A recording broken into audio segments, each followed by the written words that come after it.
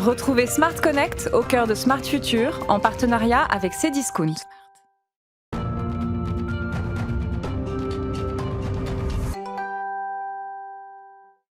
Smart Connect, et aujourd'hui on parle de l'entreprise Antvoice avec son président Alban Pelletier qui est avec nous en visioconférence. Bonjour, tout simplement présentez-nous Antvoice, c'est quoi ? Antvoice, c'est simplement un partenaire des marques pour exploiter tout l'univers du display. Le display, c'est tout l'univers web en dehors des GAFA pour faire de l'acquisition de nouveaux clients. Et alors comment ça marche ? On parle de prédire l'acte d'achat, j'avoue que ça m'intrigue, comment vous faites ? C'est exactement ça. En France, il y a 53 millions d'internautes. Donc, le défi des marques, des retailers, c'est de trouver parmi ces 53 millions de personnes les bonnes personnes, celles qui vont être intéressées par leur offre, celles qui vont être intéressées par leurs produits. Et donc, ça, c'est un travail qu'un humain ne peut bien sûr ne pas faire. Et nous, on utilise justement l'intelligence artificielle pour trouver les personnes les plus intéressantes pour une marque à partir de l'analyse de leur comportement. Donc, on va utiliser des signaux faibles, des milliards de signaux faibles, pour effectivement établir un score entre 0 et 100, marquant un intérêt, une intention pour un produit ou pour une marque. Mais ça veut dire qu'avant même qu'on rentre un mot-clé ou une question dans un moteur de recherche, il y a déjà une analyse, c'est ça si je comprends bien ? C'est exactement ça. Hein. Aujourd'hui, en fait, la plupart des investissements publicitaires sont faits justement sur ces requêtes. Quelqu'un qui va taper « je cherche un vélo électrique, je veux partir au Mexique », etc. Le problème de cette approche-là, c'est que toutes les marques qui vont vendre des vélos électriques ou qui sont en voyage vont se ruer justement sur ces personnes. Alors qu'en fait, il est surtout important de les identifier avant qu'ils ne rentrent dans ce processus d'achat.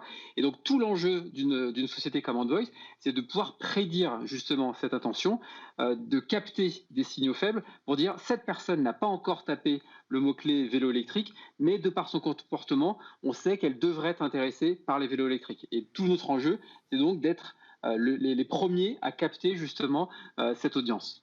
Mais alors, comment vous faites pour remplir cette promesse tout en respectant le RGPD, le Règlement général sur la protection des données ? Voilà, ça c'est un point clé. Hein. En ce moment, vous voyez, il y a énormément d'annonces. Encore une annonce en fait de Google hier. Le point clé de tout ce ciblage publicitaire, c'est de respecter effectivement les consommateurs. Donc nous, on a une approche qui est très stricte, qui est très responsable, assez différente justement des GAFA.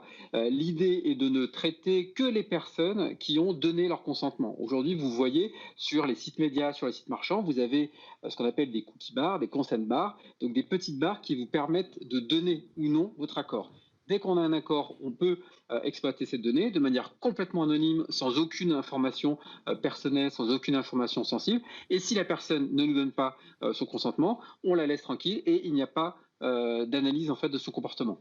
D'accord, mais donc ça veut dire que la nouvelle réglementation sur les cookies, elle va un peu tarir votre matière première, si j'ose dire ? Alors oui, non, parce qu'en fait aujourd'hui, il y avait une crainte justement avec le passage début mai de la réglementation CNIL.